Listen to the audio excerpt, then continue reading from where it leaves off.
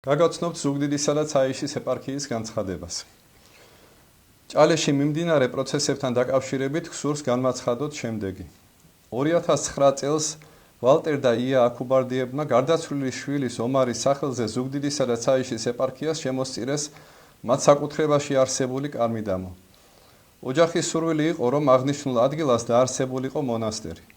ქონება იურიდიულად გადაუფორმდა საქართველოს საპატრიარქოს.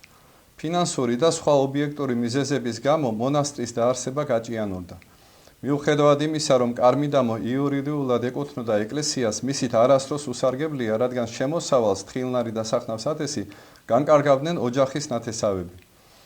2016 წელს ჯვარი ხორგას მაღალი ძაბვის ხაზის მშენებლობასთან დაკავშირებით, რომლის ერთ-ერთი ანძა პროექტის თანახმად უნდა აღმართულიყო შემოწირული ეზოს ტერიტორიაზე, მიწის დათმობისათვის კომპანიამ საქართველოს სახელმწიფო ელექტროსისტემა მიმართა ეპარქიას.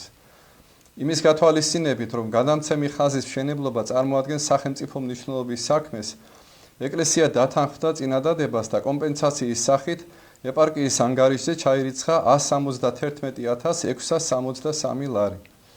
აღნიშნული თანხა უნდა მოხმარებოდა ზუგდიდის ივერიის ყოვლადწმიდა ღვთისმშობლის ხატის სახელობის სამონასტრო კომპლექსის მშენებლობას.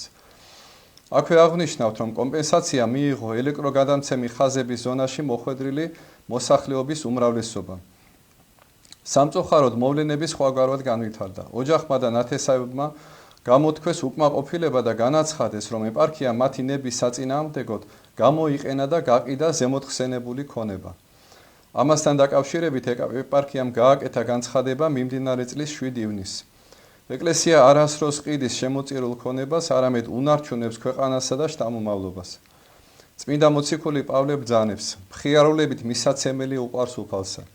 რა კი აღნიშნულ ქონებასთან დაკავშირებით გაჩნდა უკმაყოფილება, ზუგდიდისა და ცაიშის ეპარქიამ მიიღო გადაწყვეტილება უარი განაცხადოს ასეთ შემოწირულობაზე და სრულად დაუბრუნოს ოჯახს. რადგან მიმდინარეობს სათანადო იურიდიული პროცედურის დაზუსტება, ამ ქონების დაბრუნებასთან დაკავშირებით განცხადება ამის შესახებ დღემდე არ გაჟღერებულა.